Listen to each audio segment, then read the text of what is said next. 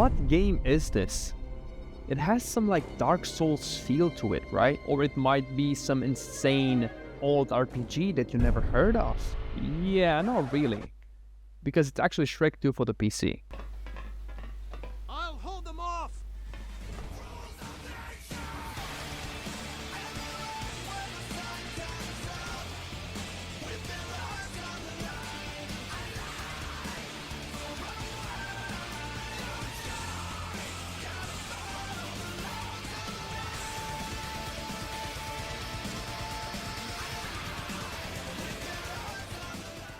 And this is also where The Weeknd got his inspiration for his looks in Save Your Tears music video, by the way. Oh my god, bro. Oh, hell no, man. What the fuck? This has been one of my favorite games in my childhood, and I've decided to give it a go once again to see what happens, to see how I feel about it after 20 years of not playing it. So the game starts in Shrek's swamp, with the donkey giving you every detail that you need. The controls feel really clunky and outdated, and what amazed me the most was that the developers actually wanted you to use right click to jump. But besides that, it was pretty basic. You had a 3-attack combo, you had a double jump, and that was pretty much it. And you were also introduced to the main currency of the game. Look at this! Coins just floating in the air! And you gotta pick them all up, man. We're gonna need all the coins we can get. And you can only use them to buy potions from these drive-through vendors. It's actually the way they are called. I'm not making that up. It's a FGM drive-through where they sell magic potions and whatnot. They've been popping up everywhere. And also, if we collect 3 of these posters, like different ones, we can go into a separate world and we're gonna be able to collect more gold. With the tutorial out of the way, we embark on a journey to meet Fiona's parents until some gypsies come and steals one of her wheels. And in order to proceed, we need to beat the gypsies and retrieve the wheel.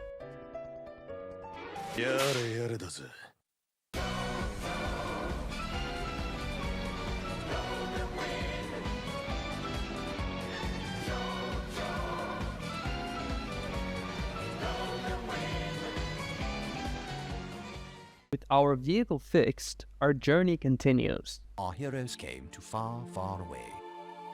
Fiona's parents were quite curious to see what their new son-in-law looked like. Needless to say, Shrek failed to meet the royal expectations. Bro, they did not do my boy Shrek like that. Let me cook for a second.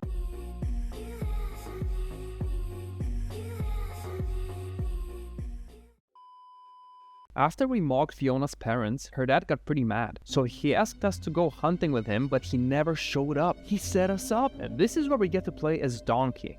He has the same moveset as Shrek, but he jumps a bit higher and makes some donkey noises when he attacks. I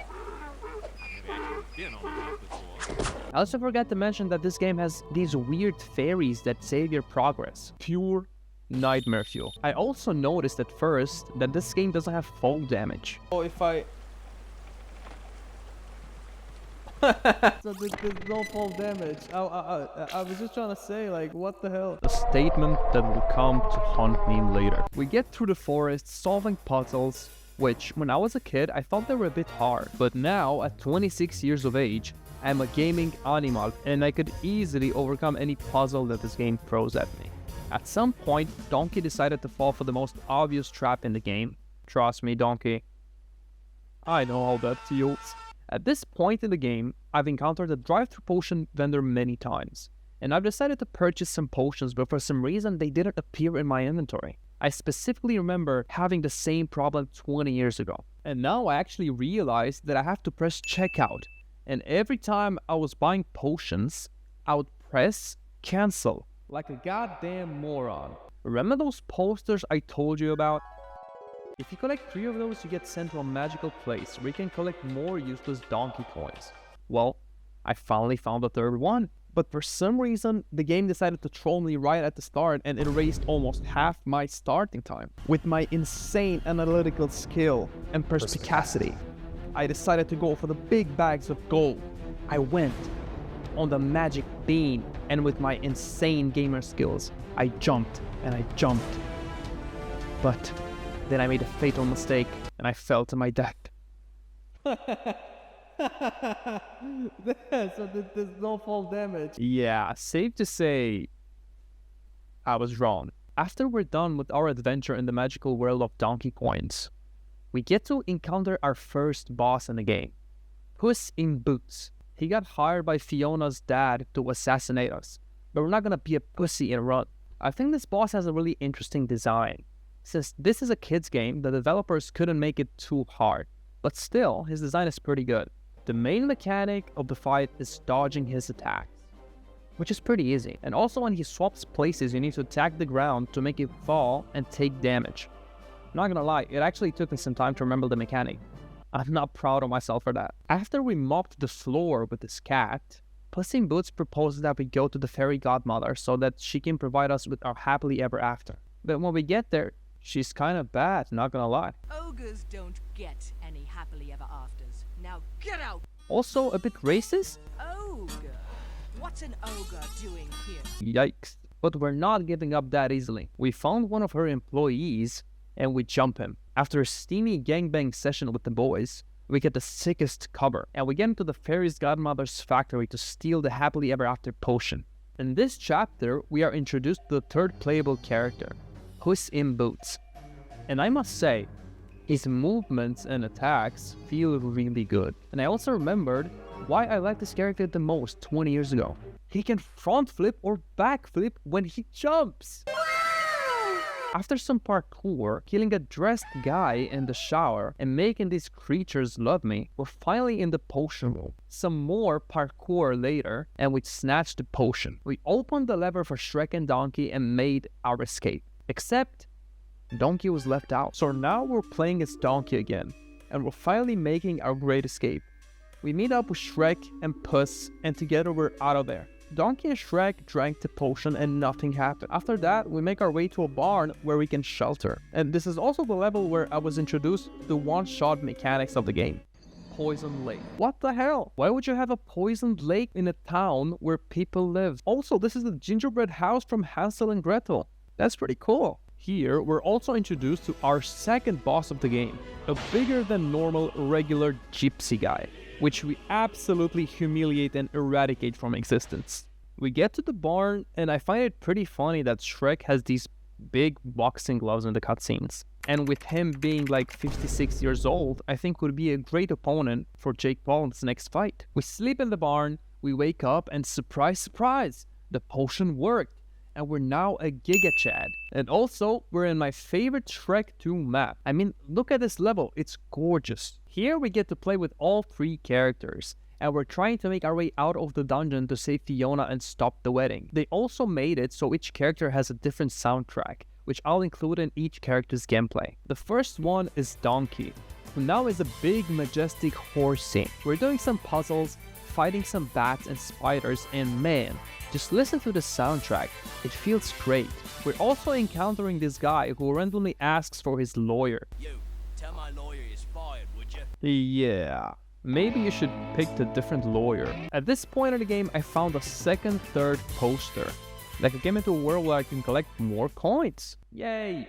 With my new looks and skills, there's no way I could fail this. Even when I was a kid, I never reached the top. What could possibly wait for me there, at the top of the magic bean? Let's lock in, baby.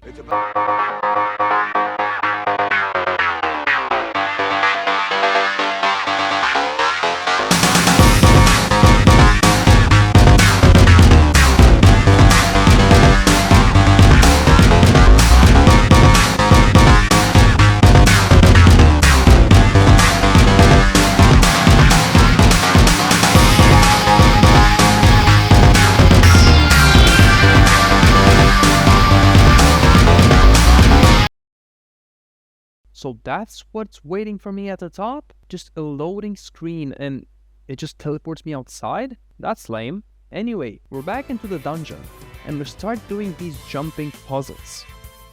And although I really like them, but sometimes I got really annoyed because I just couldn't make the jumps. I fucked up again. No! Bro, but how?